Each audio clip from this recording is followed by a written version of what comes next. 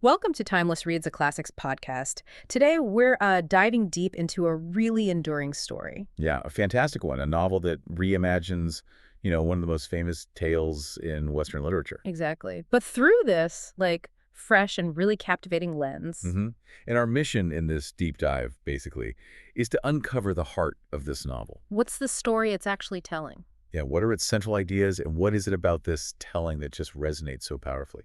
Let's unpack the essence of this classic. Sounds good. So, right from the beginning, we get this view through the eyes of a young boy. He's recalling his father's big athletic games. Right, it's quite vivid. You get the excitement, the valuable prizes. And the narrator himself is holding this special wreath. He's right there. What does that immediate personal viewpoint tell us? Well, I think it immediately grounds the story. These epics can feel huge, impersonal almost. True. But starting with this boy's experience, it suggests the novel is really interested in the human impact of these massive events. Oh. His view of the games, it hints at the society's values, and him holding the wreath, maybe a subtle foreshadowing. His connection to important stuff later on. It definitely grounds the epic in the personal, yeah. Then we shift a bit into his youth, and there's this key moment. His father summons him. About Helen's marriage, Helen of Sparta. Exactly, King Tyndareus' daughter. And even as a young man, the narrator seems to get how huge this is. The politics around Tyndareus and Helen herself, she's almost mythical already, right? Her divine background, Zeus and Leda, that legendary beauty. You feel that weight immediately. Absolutely. The novel really emphasizes her unique position. She's not just beautiful. She's like a focal point for power, for destiny. With all these kings showing up. It really underscores the stakes. And the gift they bring the narrator and his father, that golden mixing bowl. With Danae and Zeus on it. Yeah, brilliant detail. It subtly reminds you, doesn't it? The gods are involved here, a theme that keeps popping up. That's a great catch, the bowl foreshadowing that. And we meet some suitors, like Ajax. Big Ajax, son of Telamon, imposing guy, impressive gifts, embodies that sort of warrior strength. But then there's Odysseus. And his idea. The oath. Odysseus, the strategist. This proposal for all the suitors to swear an oath, to support whoever Helen chooses. Why is that so crucial? Well, it raises big questions, about alliances, obligations in this world. Yeah. On the surface, it seems pragmatic. Stop the suitors fighting now. Yeah.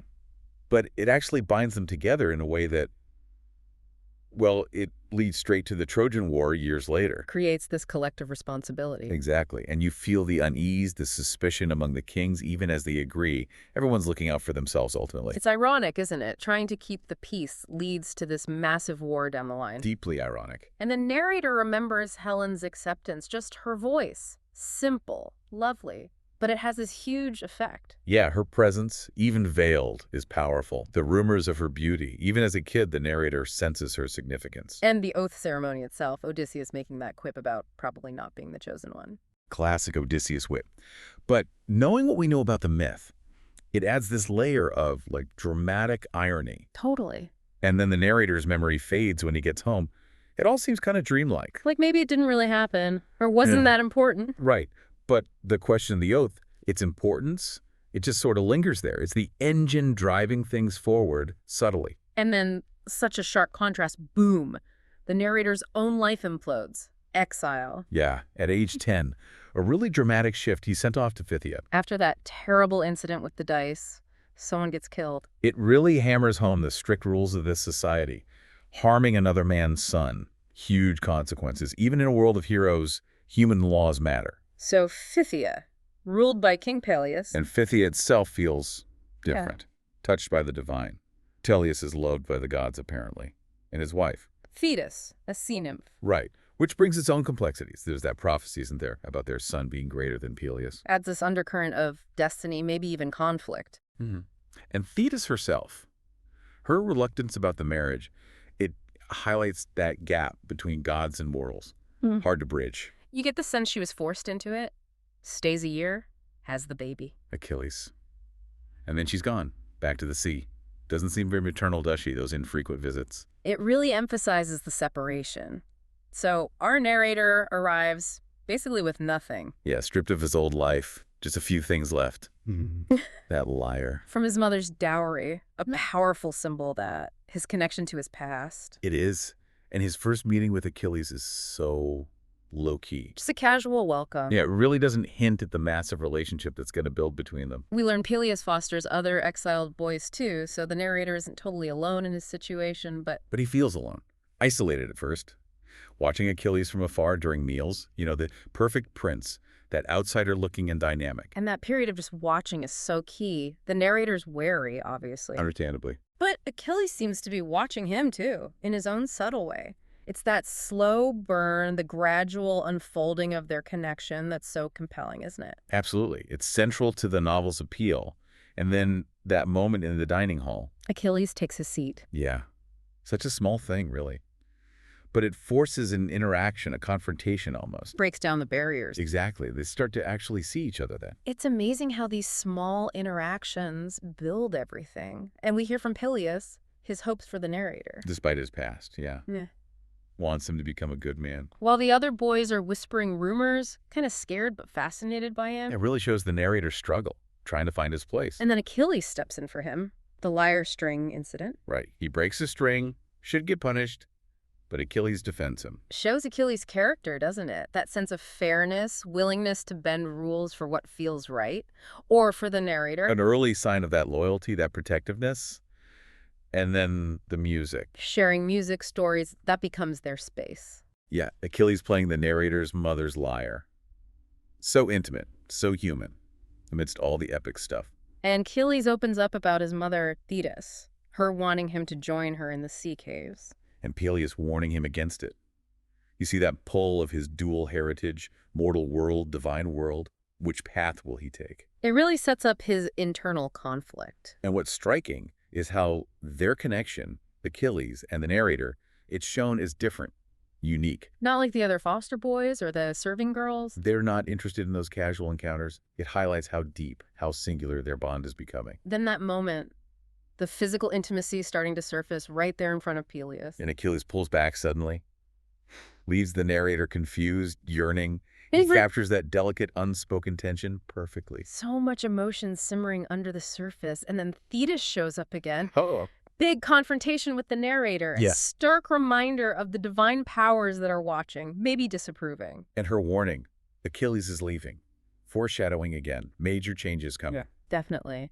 And when Achilles confirms it, he's going off to be taught by Chiron. Devastating for the narrator. He just runs, flees into the woods. It shows how much he depends on Achilles emotionally. That flight is almost like symbolic of his turmoil, isn't it? Trying to escape what's happening. But Achilles finds him. Followed him, cares for him. It just solidifies their bond even more. No matter what, they find each other. Which leads them to Chiron, the centaur. Ah, Chiron, wisdom personified.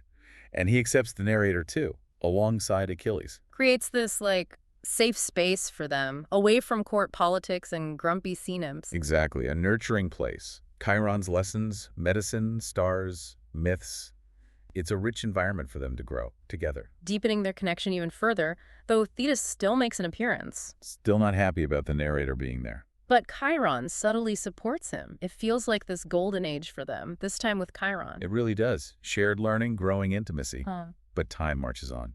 Achilles' 16th birthday is approaching. And with it, the return of societal expectations. Things are going to change. The narrator knows this. He secretly carves that wooden statue for Achilles, gathers the first figs. Such simple, heartfelt gestures. So much love in those small acts. They stand out compared to the official princely gifts Achilles gets. And Achilles values the statue. That says everything about their connection. Yeah, that night. Yeah.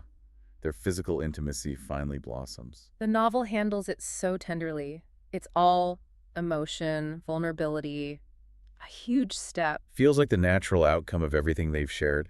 But there's fear afterwards, too. Fear of regret. But the understanding between them deepens. They talk about the risks, right?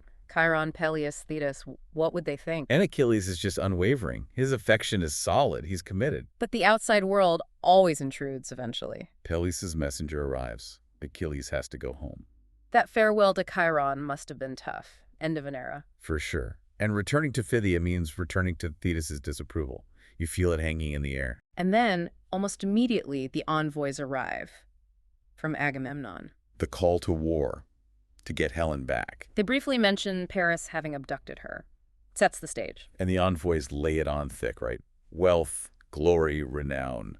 The typical heroic incentives. But the narrator remembers the oath. That old oath sworn by the suitors creates this internal conflict. Achilles hesitates at first, says his training isn't done, questions Agamemnon's motives, shows his independence. And he makes that point about the narrator being exempt because his father disowned him. A crucial point, a real act of loyalty.